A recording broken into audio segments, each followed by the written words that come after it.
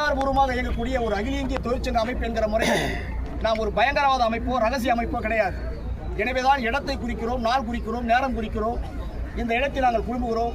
ஒரு அடையாளபூர்வமாக அரசினுடைய பொருட்களை எதிர்க்கிற போராட்டம் என்று தான் அறிவித்திருக்கிறோம். ஆனால் ஏதோ நம்ம போய் ஏதோ தண்டவாளத்தை பேர்த்து அப்படியே ரயிலை நிறுத்தி கவுத்து பண்ணுற போது எல்லாத்தையும் மூடுறதும் தடுக்கிறதும் இது வழக்கால். ரயில் தண்டவாளத்தில் உட்காருது என்று நாங்கள் முடிவெடுத்து விட்டால் ரயில் தண்டவாளத்தை காஞ்சிபுரம் இந்த ஜங்ஷனில் மட்டும் கிடையாது, ஒரு 10 இடத்துல நாங்கள் அறிவிச்சோம்னா ரயில் ரத்து செய்ய முடியும். எங்களால் ஆள் இல்லாத இடத்துல போய் தண்டத்தையும் சாதித்து விட முடியாது.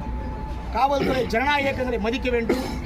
எல்லா விதமான போராட்டங்களையும் அது உரிய முறையில் அனுமதிக்கப்படுகிற போதுதான் வன்முறைகளோ தீவிரவாதமோ வளராமல் இருக்கும். எனவே தொழிலாளர்களுடைய உரிமைகளை பறிக்கப்பட்டிருக்கிற இந்த கொடூரமான சட்டத்துக்கு எதிராகத்தான் நாங்கள் போராட்டம் நடத்துகிறோமே தவிர காவல்துறைக்கு எதிராக அல்ல.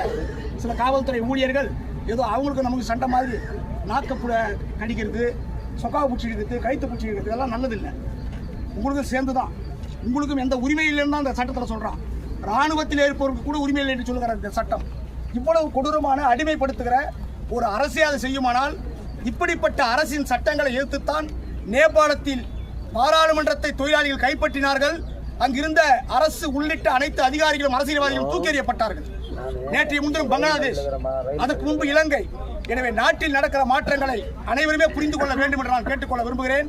நாம் கைது செய்யப்பட்டிருக்கிறோம், கைதாகவும் நம்முடைய அகில இந்திய தலைமை சொல்லக்கூடிய அனைத்து முடிவுகளும் இங்கே வெற்றிகரமாக நம்ம நடைமுறைப்படுத்துவோம். நம்முடைய போராட்டத்தினை வாழ்த்தி தமிழ்நாடு விவசாய சங்கத்தின் சார்பாக அவருடைய மாநில துணைத் தலைவர் நேரு அவர்களை பேசுமாறு கேட்டுக்கொள்கிறேன்.